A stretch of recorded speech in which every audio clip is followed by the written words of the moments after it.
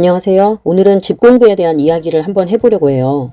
저희 큰아이가 예비고라서 요즘 한참 신경 쓸 것도 걱정할 것도 많아서 영상 제작이 자꾸만 뒤로 미뤄지더라고요.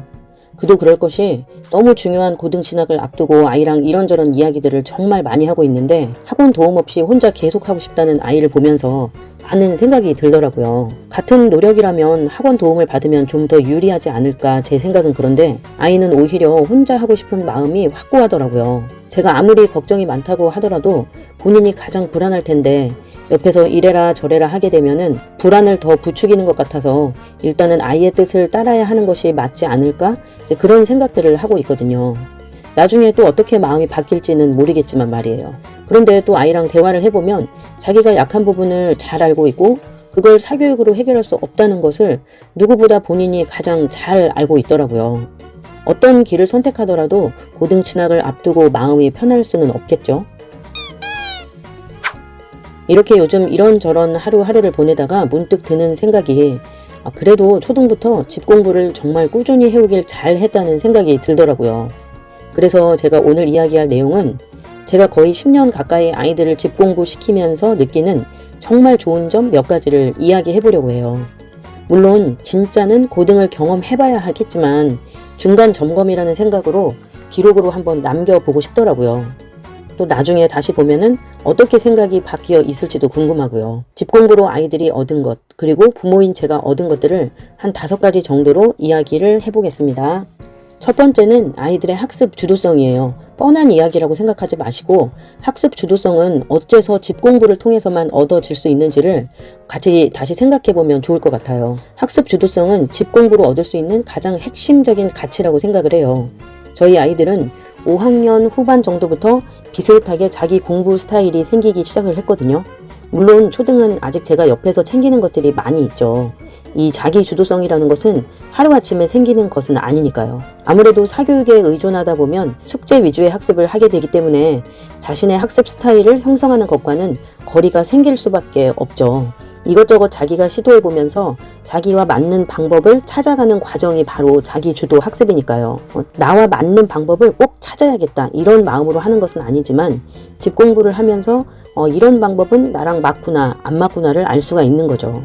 예를 들어서 수학 개념을 공부하고 나서는 어떤 식으로 복습을 하는 것이 좋더라. 노트 정리를 하는 것이 좋은지 아니면 기본 문제들을 다시 한번 쭉 풀어보는 것이 좋은지 틀린 문제는 어떻게 점검을 하는 것이 효율적인지 또 인강도 아무리 유명한 선생님이라도 안 맞는 경우가 많아서 자기와 맞는 선생님을 찾는 것도 중요하더라고요. 초등 고학년 정도부터는 이런저런 방법을 시도해보면서 자기에게 최적화된 방법을 찾아가는 것이 정말 중요하다고 생각을 해요. 물론 이 과정은 부모님께서 당연히 함께 해주셔야겠죠. 아이마다 스스로 학습을 시작해보는 시기는 다 차이가 있겠지만은 중학교가 끝날 때까지는 자기만의 스타일을 만들어 주어야지 고등 가서는 우왕좌왕하지 않고 안정적으로 굴러가게 될 거라고 생각을 해요. 이런 주도적인 학습 습관은 집 공부만으로 얻을 수 있는 최고의 가치가 아닐까 하고 생각을 해요. 두 번째는 부모와 아이의 관계죠. 입시가 끝나면 관계만 남는다고 하죠. 물론 아직 고등을 경험해보지 못한 제가 이런 이야기를 한다는 것이 섣부를 수 있다는 생각이 들기는 하는데요. 이렇게 오랫동안 집 공부를 이어올 수 있다는 것의 전제는 부모와 아이의 관계가 원만해야지 가능하다는 것이죠. 아이 교육을 시키면서 당연히 북치고 장구치는 새털같이 많은 날이 있었죠. 그렇게 수많은 시행착오를 거친 후에 아이들은 학습적으로 부진한 점들도 부모에게 이야기를 할 수 있는, 부모를 두려워하지 않고 이야기할 수 있는 그런 관계가 형성이 되었다고 생각을 해요.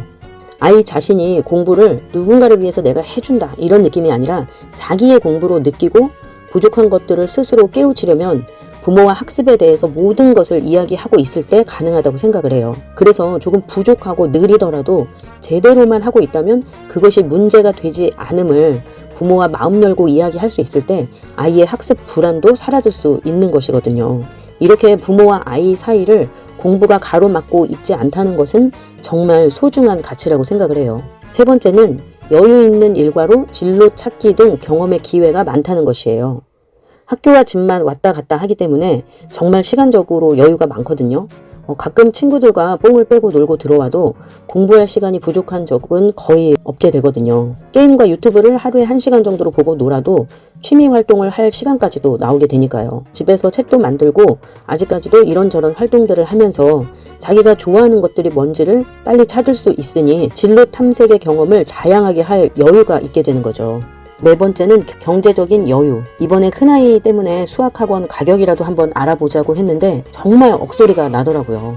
정말 대한민국 학부모님들이 얼마나 힘들게 살고 있는 건지 상상조차 안 되더라고요. 얼추 수학 하나만 가지고 따져봐도 고등까지 몇 천만 원인데 그게 또 상위권을 보장해주지도 않는다는 현실이 너무나 속상하더라고요. 정말 노후 대비들은 어떻게 하고 있는 건지 제 일도 아니지만 조금 답답하다는 생각이 들었어요. 모두가 집 공부를 할 수 있는 건 아니고 또 어떤 시기에는 필요에 의해서 접할 수밖에 없는 것 또한 현실이지만 그래도 큰 돈이 들어가는 만큼 남들이 한다고 하는 것이 아니라 또 때가 됐으니 해야 하는 것이 아니라 해야 할 이유와 목적을 정확하게 알고 아이에게 반드시 필요한 사교육을 고를 수 있는 지혜가 정말 필요할 것 같다는 생각이 들었어요. 다섯 번째는 부모의 자아 실현 그리고 아이들의 성장 마인드셋. 서당계도 3년이면 풍어를 읊는다고 하죠. 뭐 하나 잘난 것 없는 제가 오랜 세월 동안 집 공부를 시키면서 경험한 것들이 이제는 누군가에게는 도움이 될 수 있다는 것이 제 자존감을 크게 올리는 계기가 되더라고요. 그리고 이것은 아이들의 성장 마인드셋을 키우는데 정말 본보기가 되고 있다는 것도 집 공부를 시키면서 제가 얻은 최고의 가치가 아닐까 하고 생각을 해요. 중년의 나이에 가진 것이 크게 없어도 누구나 학습과 노력을 통해서 원하는 삶으로 나아가는 방향에서 살 수 있다는 것을 아이들은 보고 배우는 것이니까요. 공부가 학창시절에 시험을 위해서만 하는 것이 아니라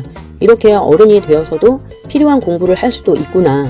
그리고 심지어 그것은 재밌을 수도 있다는 것을 보고 자란 아이는 가장 강력한 성장 마인드셋을 갖춘 어른이 될 수 있을 거예요. 이렇게 오늘은 집 공부에 좋은 점 5가지에 대해 이야기를 해봤어요. 집 공부가 무조건 좋으니까 집 공부를 해야 한다 이렇게 주장하는 것은 아니에요. 집 공부를 통해서 제가 얻은 이런 가치를 누군가가 듣고 내가 하고 있는 이것들이 적어도 삽질은 아니겠구나 하는 그런 생각이 조금이라도 마음 한편에 들어간다면 저에게 굉장히 보람이 될 것 같아요. 긴 영상을 여기까지 들어주셔서 감사합니다. 오늘도 아이들과 학습으로 고군분투하시는 어머니들 화이팅입니다.